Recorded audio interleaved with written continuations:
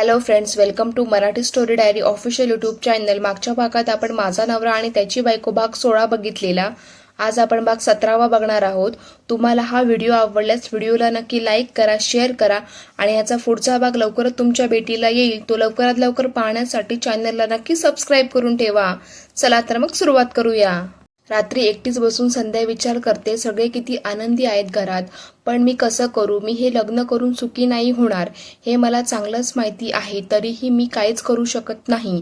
मी जयेशची फसवणूक करीत आहे, हे चूक आहे। एका साध्या सरळ व्यक्तीला फसवणे योग्य नाही। लग्नाला नकार दिला तर मम्मी पप्पा ऐकणार नाही, काय करू? पळून जाऊ का खूप दूर? नाही नाही, मी हा काय विचार करीत आहे? जे आई वडील माझ्या सुखासाठी इतके धडपड करतात, त्यांना असं वाऱ्यावर सोडून पळून जाऊ? मी असा कसा विचार करू शकते? माझ्या असं पळून जाण्याने मम्मी पप्पांची सगळ्यांसमोर किती नाचक्की होईल, अपमान करतील सगळे त्यांचा। नाही, मी हे नाही होऊ देऊ शकत। त्यापेक्षा मी जयेश सोबत लग्न करेन आणि प्रयत्न करेन त्याच्यासोबत सुखी होण्याचा। कसंही करून मला हे करावेच लागेल। माझ्या मम्मी पप्पांची सगळ्यांसमोर मान खाली झालेली मी कधीच बघू शकणार नाही।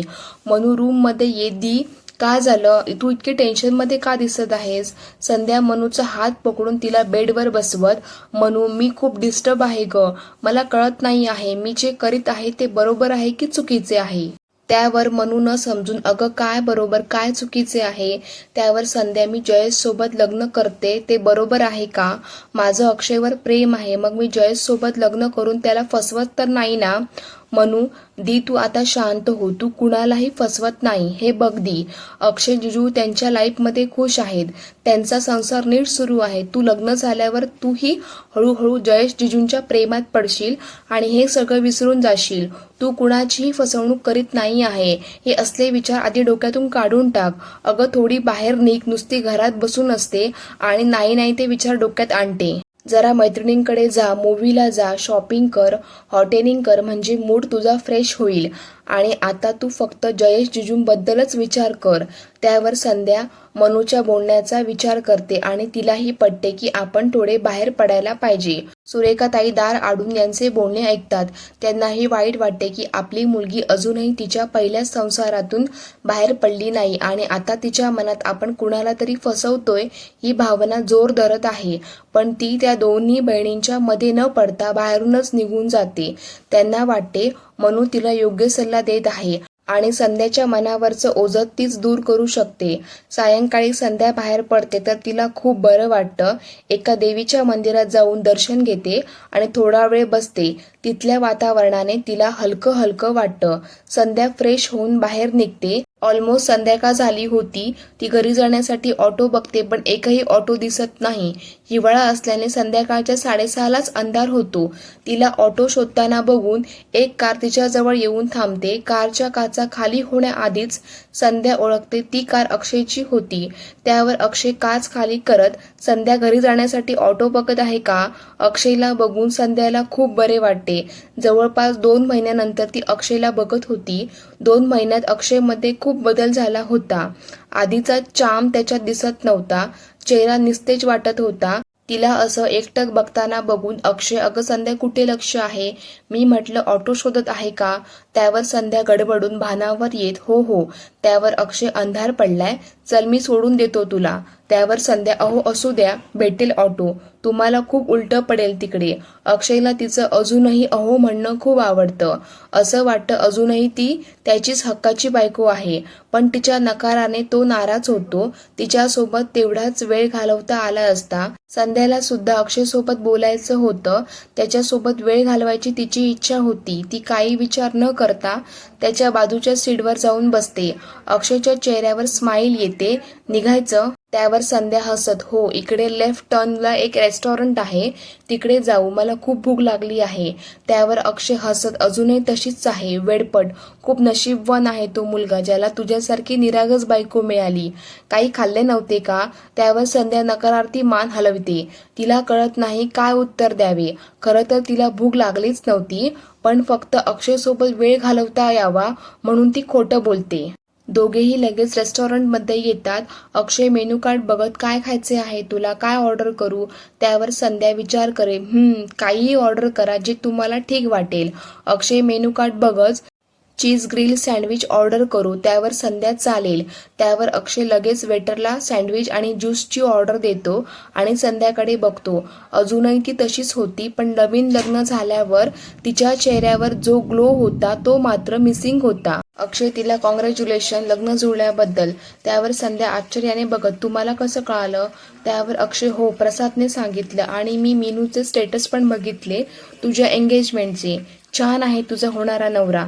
त्यावर संध्या मनातून एकदम उदास होत. तिला कळत नाही अक्षय समोर कुठले एक्सप्रेशन द्यावे, पण स्वतःला सावरत चेहऱ्यावर स्माईल आणि थँक्यू. आणि घरी कसे आहेत सगळे? त्यावर अक्षय, सगळे छान आहेत. आई पप्पा तुला मिस करतात. संध्या त्यावर हळवी होत, मी पण. एवढं बोलताच तिला गळा दाटून येतो. तसा अक्षय तिच्या समोर पाण्याचा ग्लास धरतो. संध्या पाणी पिऊन स्वतःला नॉर्मल करते. तेवढ्याच वेटर ऑर्डर आणून ठेवतो. अक्षय एक डिश तिच्या समोर सरकवत, संध्या झालं गेलं विसर आणि नव्या आयुष्याला सुरुवात कर. सगळ्यांचे आशीर्वाद तुझ्या पाठीशी आहेत. आई पप्पांना पण तू सुखी झालेलं बघायचं आहे. कुठेतरी त्यांच्या मनात गिल्ट आहे की त्यांनी तुझं आयुष्य खराब केलं, पण तू जर तुझ्या पुढच्या आयुष्यात सुखी झाली तर त्यांच्यातील गिल्ट कमी होईल. संध्या, अहो असं काही नाही आहे. मला अजिबात त्यांच्याबद्दल तक्रार नाही आहे. जे झालं ते नशिबातच लिहिलेलं होतं असं मी समजते. त्यात त्यांचा काही दोष नाही. त्यावर अक्षय, असो तू टेन्शन नको घेऊ. तू सुखी झाली की ते पण खुश होतील तुला बघून. त्यावर संध्या अडखळत, ते ॲना कशी आहे आणि बाळ कसं आहे? त्यावर अक्षय, ती ॲज युज्युअल जशी असते तशीच आहे. बाळ पण ठीक आहे. सध्या 4था महिना सुरू आहे. अक्षयच्या उत्तरात एक प्रकारचा वृक्षपणा जाणवतो. त्यावर संध्या, ॲना आता तुमच्याशी भांडण तर नाही करीत ना? त्यावर अक्षय, आता मी तो चान्सच नाही देत तिला, त्यामुळे भांडण होत नाही. पण माणसाचा जो स्वभाव असतो तो कधी बदलत नाही. त्यावर संध्या न समजून, म्हणजे? अक्षय, तू ते सोड, तू सांग खुश आहेस ना? त्यावर संध्या खोटी स्माईल चेहऱ्यावर आणीत, हो खूप जास्त. मम्मी पप्पा पण खूप खुश आहेत. तिच्या चेहऱ्यावरची स्माईल बघून अक्षयला समाधान वाटते. त्यावर तो, लग्न झाल्यावर तू कॅनडाला जाशील ना? संध्या मनावरचा ताण चेहऱ्यावर न येऊ देता, हो अक्षय. त्यावर अक्षय आपले दुःख चेहऱ्यावर न येऊ देता, छान, खूप छान वाटलं तुला एक चांगला आणि योग्य जोडीदार मिळाला बघून. प्रसाद सांगत होता, मुलगा जेवढा जास्त दिसायला सुंदर आहे त्यापेक्षाही स्वभावाने जास्त सुंदर आहे आणि त्याच्या घरचे पण लोक खूप छान आहेत. खुश राहशील तू त्याच्याबरोबर. संध्या अक्षयला एकसारखी बघता बघता अचानक बोलून जाते, तुझ्यासोबत जेवढी खुश राहू शकते तेवढी नक्कीच नसेल. अक्षय वेटरला इशाऱ्याने बिल आणायला सांगत असतो, त्यामुळे त्याचं संध्याच्या बोलण्याकडे लक्ष नसते. तो तिला बघत, तू काही बोलली का? त्यावर संध्या मान हलवत नाही. नाश्ता ज्यूस दोन्ही संपतो तसा वेटर बिल आणून ठेवतो. ते बघता संध्याला कळते निघायची वेळ झाली. का कुणाक ठाऊक, पण असं वाटत होतं की वेळ इथेच थांबून जावी, संपूच नये. अक्षय बिल पे करतो. त्याचेही पाय जड होतात. जायची इच्छा तर नसते, पण उशीर झाला तर संध्या घरी काय सांगेल? आपल्यासोबत होती हे तिच्या घरच्यांना कुणालाच नाही आवडणार. उगाच आपल्यामुळे संध्याचे प्रॉब्लेम्स वाढायला नको. संध्या अजूनही बसूनच होती. तिला बघून, संध्या निघायचं नाही का? संध्या आपल्याच विचारात दंग होती आणि भानावर येत, हो. दोघेही रेस्टॉरंटमधून बाहेर पडतात, पण त्या रेस्टॉरंटमध्ये स्वीट घेण्यासाठी आलेले रमाकांतराव त्यांना बघतात आणि त्यांची डोक्याची नस तडतड करू लागते. संध्या अक्षयच्या कारमध्ये बसून निघून जाते, पण इकडे रमाकांतराव रागाने लाल होतात. ते तिथेच बसून थोडा विचार करतात आणि शांत होतात.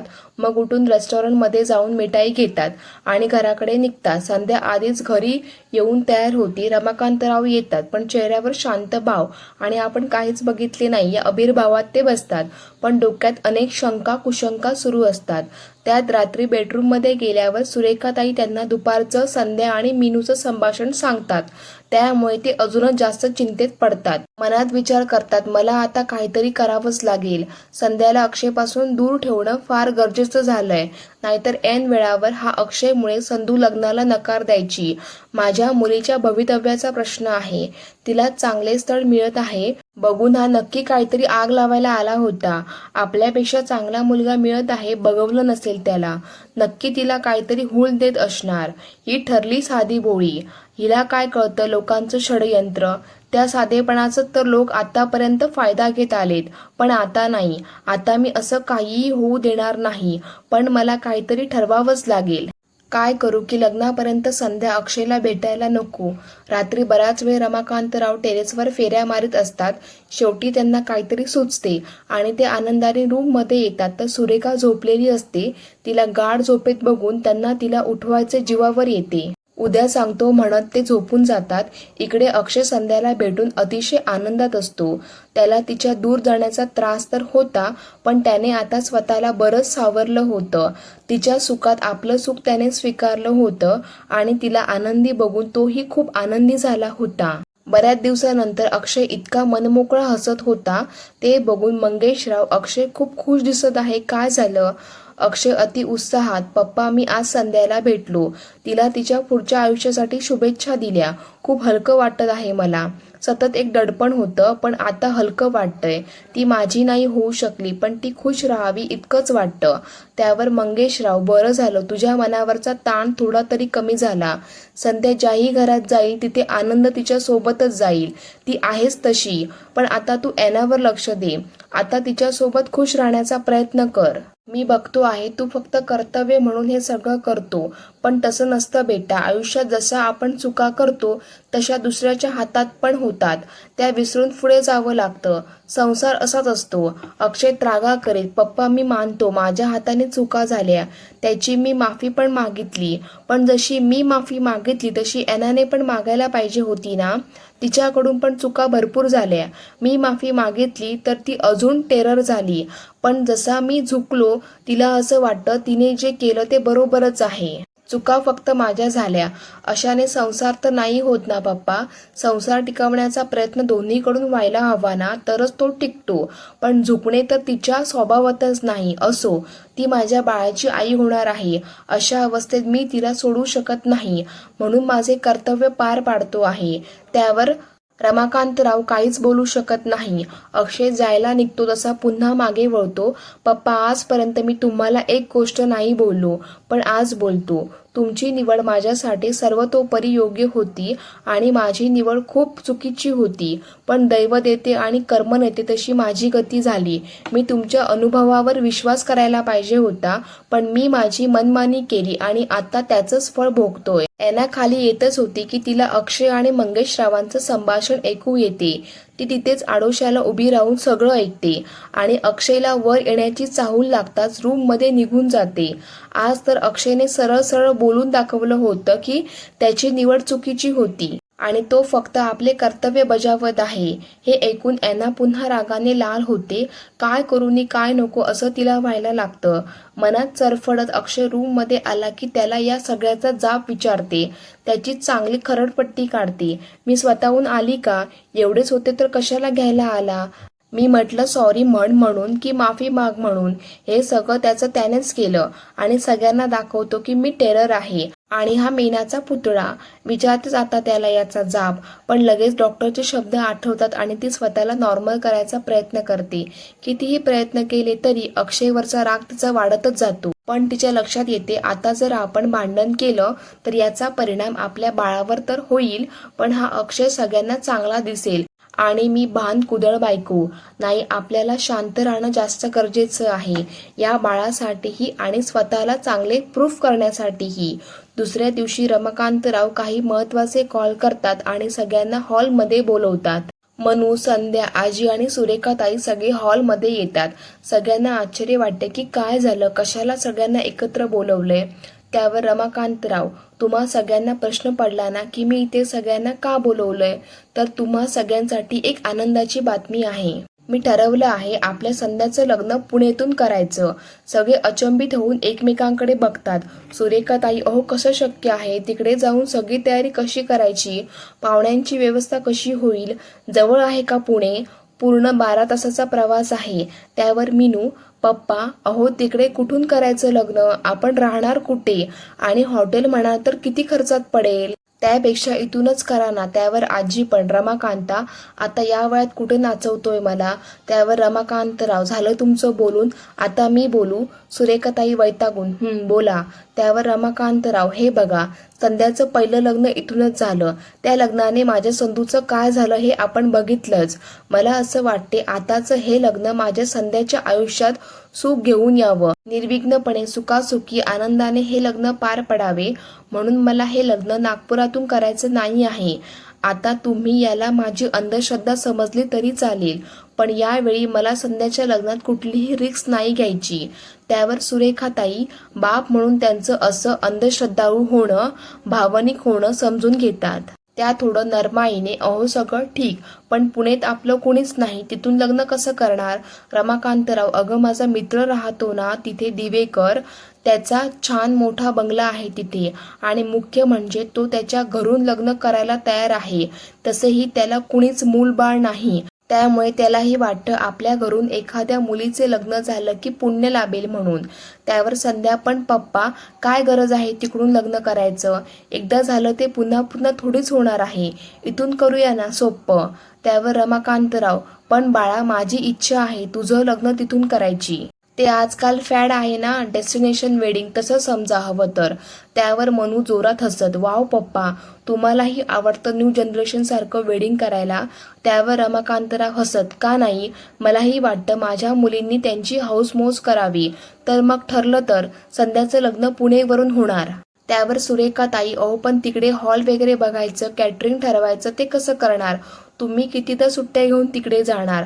त्यावर रमाकांतराव हसत यावेळी मी काहीही करणार नाही, जे करायचंय ते संध्या आणि जयेशरावच करतील, सगळे एक सुरात. म्हणजे?